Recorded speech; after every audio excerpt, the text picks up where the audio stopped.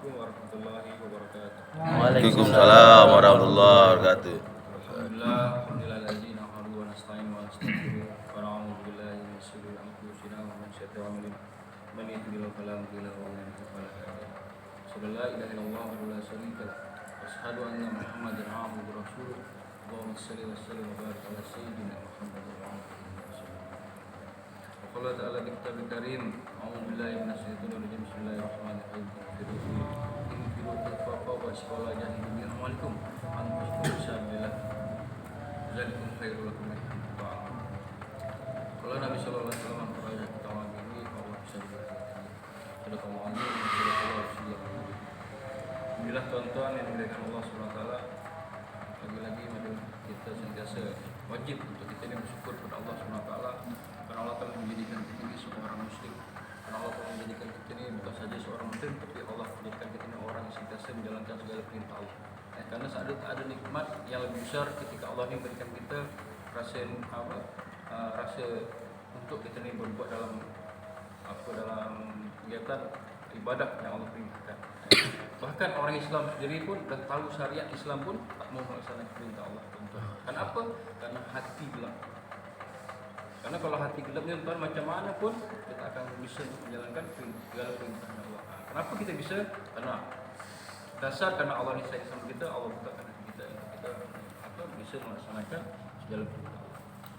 Maka kita nak banyak-banyak syukur kepada Allah. Karena kalau kita nak bahas masalah nikmat yang Allah berikan kepada kita ni, maka tak ada akan habis-habisnya. Sampai hari kiamat pun tak akan habis-habisnya. Maka kita bersyukur saja. Salawat dan salam kepada Nabi kita baginda Rasulullah sallallahu alaihi wasallam. Allahumma sholli ala sayyidina Muhammad. Tuan-tuan dimuliakan Allah Taala. Sebenarnya pada hari ini kita ni jatuh pas merah Isra Mi'raj. Hari ni dimuliakan. Kita semua tahu lah macam mana peristiwa Isra Mi'raj ni, tak payah dibahas. Cuma kita nak ulang-ulang saja. Bagaimana intinya kejadian Isra Mi'raj ni? Kalau bukan lain, inti adalah perintah solat. Bagaimana awalnya Allah ni memerintahkan solat ni pada kita ni, pada umatnya Nabi sallallahu alaihi wasallam ni 50 waktu dulu. 50 waktu tu Pak, kalau misalnya seandainya Rasulullah SAW ini tidak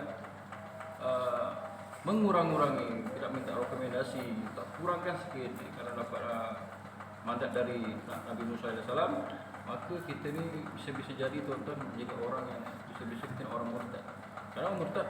Karena bayangkan saja 50 waktu itu dibagi 24 jam itu kita genapkan saja, itu setiap 30 menit sekali itu azan tuan-tuan. 50 azan, 12 azan, setengah 1 azan. Jadi macam mana waktu kita? Kalau kita betul-betul orang yang menjaga solat ni, maka kita ada waktu lagi untuk berkumpul dengan keluarga, tak ada berkumpul dengan anak, tak ada waktu berkumpul dengan kawan. Bahkan tak ada waktu lagi untuk bekerja. Kenapa hari-hari tak masjid saja? 24 jam. Nak makan pun susah. Kalau kita nak fikir-fikir. Tapi atas pengorbanan Rasulullah SAW, perjuangan Rasulullah SAW, sehingga malunya Rasulullah SAW ni untuk biar macam mana 50 waktu ni menjadi jatuhnya sampai 5 waktu tuan-tuan. Kadang kita dah 5 waktu pun masih juga berat. Jadi kalau orang misalnya dia ni melaksanakan solat dengan 5 waktu saja dia berat tuan-tuan, itu kalau kata ulama tuan-tuan, dia sama saja tak menghargai perjuangan Nabi. Dia sama saja tak menghargai Rasulullah SAW. Rasulullah SAW susah payah dengan malu-malu tuan-tuan untuk kurangkan 5 waktu. Malah 5 waktu ni zuhur, asar, maghrib, isya, subuh ni Allah pun dah baik tuan-tuan. Apa baiknya Allah? Allah tak ganggu masalah urusan dunia ni. Jam 12 dah memang istirahat makan, memang kita istirahat makan kerja kan. Waktu asar memang kita dah balik kerja. Maghrib lagi dah balik kerja. Santai dengan keluarga, isyak juga, subuh juga tak ganggu hal dunia. Kalau seandainya Allah beri subuh jam 8 atau jam 7.30 tuan-tuan, macam mana agak? Kita masuk kerja jam 7.30, subuh jam 7.30 juga, agak-agak kita macam mana tuan-tuan? Habis tu zuhur jam 10, asar jam 2, pokoknya jam sibuk kita lah. Tapi Allah tak baikkan kita, Allah kasih waktu-waktu tak mengganggu dunia. Tapi juga masih juga kita tak mau taat. Jadi tuan-tuan, apa lagi kurang baik Allah sama kita? Tapi kita ni manusia yang kurang berfikir. Maka saya selalu mengatakan apa takdir tidak akan kata Allah tidak akan berfikir. Allah suruh kita berfikir tuan-tuan. Maka dikatakan saya ulang-ulang sekali, karena kita tak ada makhluk yang Allah jadikan kita ni, Allah beri kita akal dan pikiran supaya kita berfikir. Lain hal seperti binatang. Binatang ni Allah ciptakan punya otak tapi tak punya akal dan pikiran. Kalau seandainya hewan punya akal dan pikiran, mungkin musuh kita ni bukan saja iblis. Bahkan binatang pun jadi musuh gitu. Macam hari-hari kita tidur malam-malam ni, nyamuk datang. Nyamuk ni dah punya akal, dah punya akal pikiran. Dia nak gigit kita tunggu kita tidur, tahu dia. Habislah 10 nyamuk, 50 nyamuk gigit kita. Habis bagi buka geram kita semprotlah nyamuk ni. Tapi dia semprot nak 2 botol reset pun tak dia habis. Mati-mati tak jatuh satu pun. Kenapa? Karena dia punya akal pikiran. Dia pakai masker kan. Dia punya akal. Belum kucing lagi. Kucing tuan-tuan macam kita ni asyik kita ganggu je kan. Kita lagi sembahyang ni sendal kita habis lagi kan tuan-tuan. Kalau punya akal. Jadi musuh kita bukan iblis lagi, binatang ni musuh kita. Itu baiknya Allah kan. Adilnya Allah sama kita ni. Jadi kalau apa yang Allah berikan kepada kita ni, kita nak banyak-banyak syukur ya. Apa yang Allah perintahkan kepada kita ni, ibadah ni, amal tuan-tuan. Maka semalam saya katakan dalam surat Al-Mulk ayat kedua tu, Allah menguji kita tu, Allah menciptakan mati dan hidup untuk menguji kita ni, di mana di antara kita ni siapa yang paling baik amal. Jadi tanpa kita sadar ini, dunia ni dibentangkan untuk kita ni bukan untuk kita main-main, bukan untuk kita senang-senang, tapi sebagai ujian untuk kita. Sebagai ujian apa? Di mana di antara kita ni yang paling baik amal. Jadi amal tuan-tuan, bukan Allah katakan aku uji kalian ni siapa yang paling banyak harta tu. Tak ada. Jadi amal yang minta Allah SWT. Kalau misalnya memang dipandang Allah ni suatu kesuksesan, bagian dari harta, mungkin kita tahu sendirilah Firaun Korun yang lebih besar, yang paling berjaya dan sukses. Tapi dikatakan di sukses ini tuan-tuan, orang yang memiliki amal yang baik. Karena ketika kita mati nanti pun yang diminta pertanggungjawaban ini adalah amal. Jadi salah satu amal kita melaksanakan pada waktu. Jadi nak kita jaga. InsyaAllah InsyaAllah. Jadi macam ayat perasaan ni. Hidup tak make. Diriwayatkan dari Jubair bin Nufair dalam mursal bahwa Rasulullah SAW bersabda, tidaklah aku diberi wahyu, yaitu diperintahkan oleh Allah untuk mengumpulkan harta dan agar aku menjadi seorang pedagang.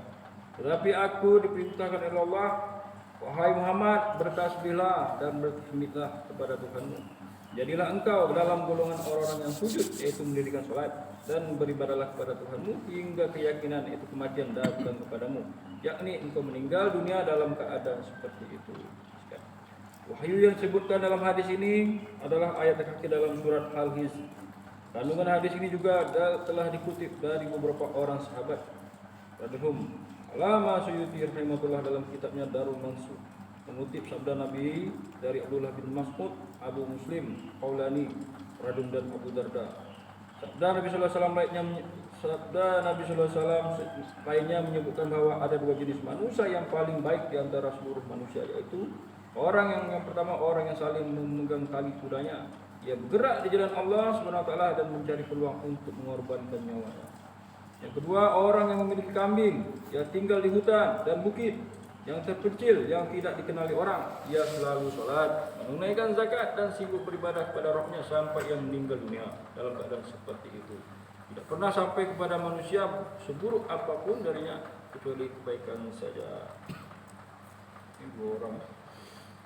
Setiap orang yang merenungkan secara mendalam sejarah hidup Rasulullah SAW tentu akan memahami dengan jelas bagaimana beliau SAW memperlihatkan ketaatan kepada Allah. Jika Allah SWT menambah perintah kepada Nabi, maka beliau akan semakin banyak beribadah kepadanya.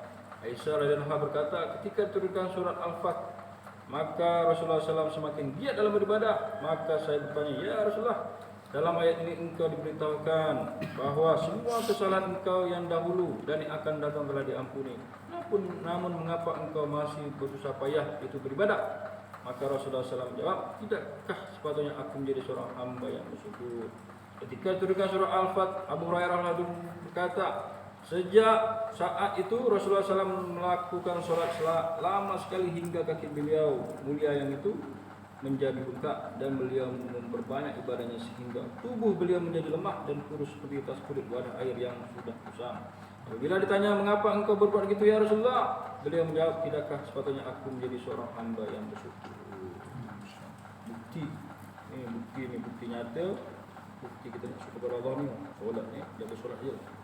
Solat macam Nabi tak mampu kita tuan-tuan, Nabi bengkak ni. Susah tak mampu kita. Alhamdulillah tuan-tuan, semoga apa kita dengar ini kita dan amal yang sampaikan. Dan sekitar doa Allah Subhanahu wa taala. Assalamualaikum warahmatullahi wabarakatuh. Waalaikumsalam.